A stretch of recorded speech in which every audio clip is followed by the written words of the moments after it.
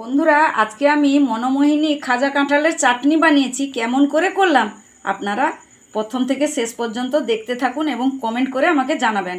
দেখবে দেখবে কি হয়েছে গো মা? হ্যাঁ, দেখ দেখ দেখ। ওয়াও, ই তো কাঁঠাল, ই তো খাজা কাঁঠাল। হ্যাঁ, তোর মামা এসেছিল না? মামা এসেছিল? হ্যাঁ, কাঁঠাল নিয়ে এসেছিল। এসেছিল। ওয়াহ, দারুণ। ওমা, এক কাজ করো না, তুমি মনোমোহিনী কাঁঠালের চাটনি তৈরি করো। হ্যাঁ বলেছিস, করবে? হ্যাঁ। তাহলে আজকের রেসিপি কি হচ্ছে? মনোমোহিনী খাজা কাঁঠালের চাটনি। প্রথমে আমি এই কাঁঠালগুলো ভালো করে বীজটা বের করে নেব ভিতর থেকে, তারপর এটা ছোট ছোট পিস করে কেটে নেব। আমি 4 পিস কাঁঠাল নিয়ে এইভাবে কুচি কুচি করে কেটে নিয়েছি।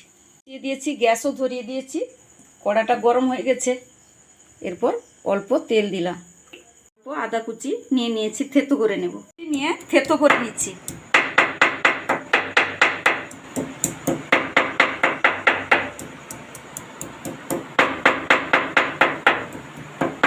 শুকনো লঙ্কা দিয়ে দিলাম,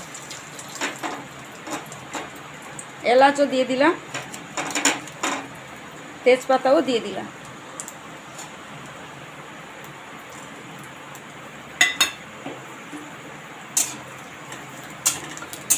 খুব হালকা গ্যাসে করতে হয়। জিরা দিয়ে দিলাম,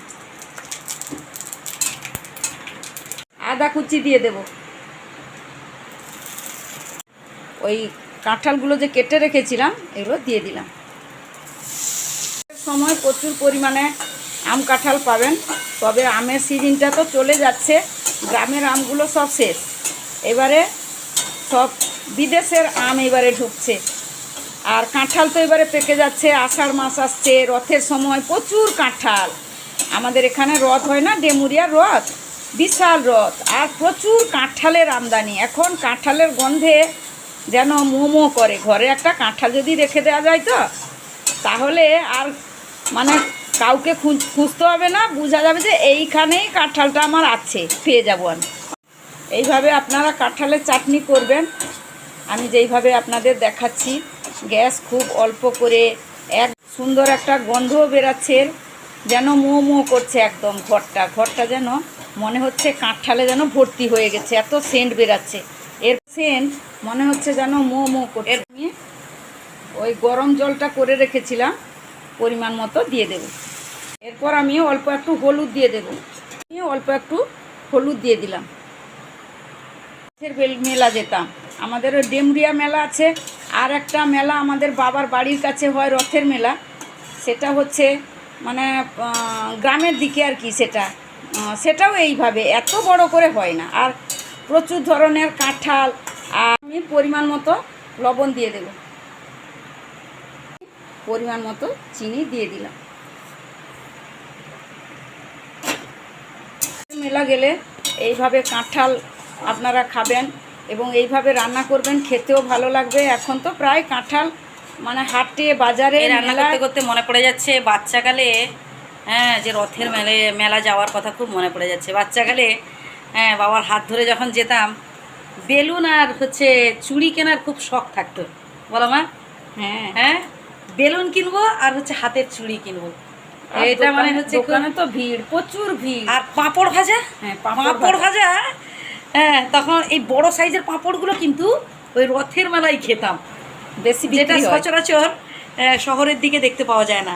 ওই গ্রামের দিকে যে রথের মেলা হয় না, রথের মেলায় আর একটা আমার কী বলতো, ওই যে তাল পাতার সব কী বলে আমরা যেটাকে গ্রামীণ ভাষায় বলি, চটপটি। চটপটি নয়, ছাতার কাজ করে যেটাকে ও পাখা, পখিয়া বলি উড়িয়াতে আমরা বলি পখিয়া। তো জানি না সেটাকে আপনারা, আমাদের আঞ্চলিক ভাষা বললাম পখিয়া, বুঝলেন?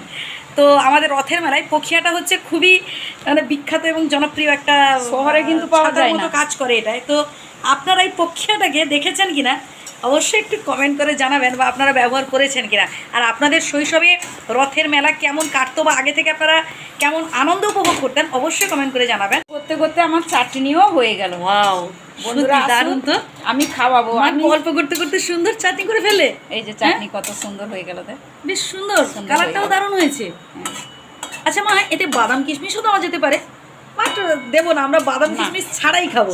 হ্যাঁ, পরে দেখি এর টেস্ট কেমন কি হয়েছে, মানে আশা করি তো ভালো হবে, সেটা খেলে জানা যাবে। বাট বাদাম কিশমিশ ছাড়াই করলাম, আপনারা পারলে বাদাম কিশমিশ দিতেই পারেন, তাই তো মা? হ্যাঁ, কাঁঠালের চাটনি তো হয়ে গেল, এরপর আমি নামিয়ে নেব।